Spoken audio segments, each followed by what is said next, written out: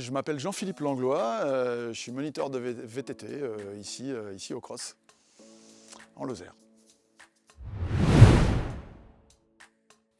Alors, mes activités, elles sont plusieurs, oui. Alors, la principale, évidemment, c'est le monitorat VTT, donc je suis moniteur guide de VTT. J'encadre pas que le VTT, d'ailleurs, j'encadre toutes les pratiques de vélo, y compris gravel et vélo de route. À côté de ça, je suis charpentier un peu à mes heures perdues, d'où le projet et le chantier du moment là.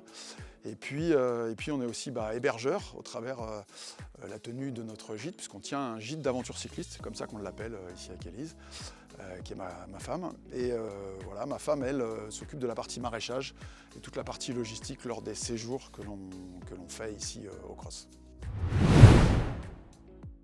Il n'y en a jamais deux pareilles, parce qu'elles sont toujours différentes, ça dépend du dénivelé, ça dépend de l'entrain, ça dépend de la météo aussi du moment. Une journée type, lors d'un séjour en tout cas, ça se passe plutôt bien. Les stagiaires ont deux sujets de préoccupation principaux, à quelle heure on mange et à quelle heure on va rouler.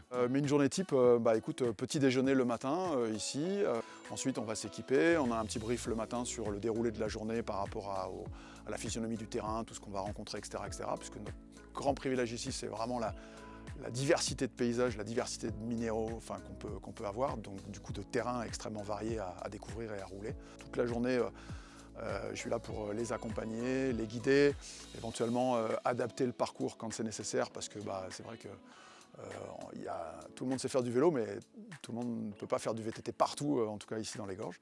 Et puis après, le retour ici se fait en général autour de 16-17 heures. On est souvent passé par un bistrot local pour goûter les bières locales, ça fait partie du standard des cyclistes.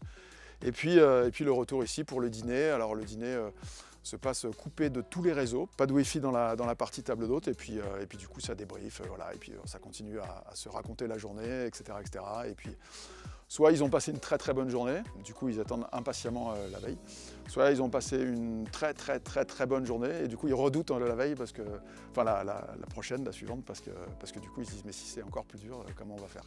Nous on aime bien organiser ces séjours-là, parce que sur des durées moyennes, que ce soit 3 jours ou 6 jours, ça laisse vraiment le temps aux gens qui sont ici d'être immergés en Lozère. On n'est plus que dans le vélo, on est aussi dans la découverte du patrimoine, parce qu'il y a des moments plus contemplatifs que d'autres, il y a des moments où on est fatigué, où on est un peu éprouvé, on va profiter de la gastronomie locale, on va profiter de tout un tas de choses, et du coup je trouve ça beaucoup plus enrichissant et beaucoup plus prenant, entre guillemets, quoi. En tout cas, moi, en termes de métier, c'est ça qui me passionne avant tout, quoi, c'est de faire découvrir notre territoire, ce pourquoi moi je me suis installé ici. C'est le chantier là, dans lequel on se trouve ici, puisque je l'ai dit tout à l'heure, je suis aussi un peu charpentier à mes heures perdues. Et donc du coup on a entrepris la construction, en autoconstruction d'une maison qui sera notre maison d'habitation. Ça c'était la deuxième étape de notre arrivée ici, après avoir aménagé le gîte.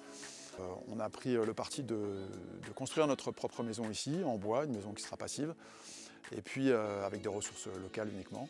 Et puis l'idée, c'est donc du coup d'avoir après par la suite un gîte un peu plus grand, puisqu'on libérera la maison qu'on occupe actuellement, et ça fera un deuxième gîte pour pouvoir accueillir des groupes peut-être un tout petit peu plus importants, ou en tout cas plus diversifiés sur les pratiques, parce qu'on aimerait bien faire quelque chose qui soit très libre d'accès et très facile pour les gens qui ont envie de découvrir toute la diversité de pratiques qu'offre le vélo en général.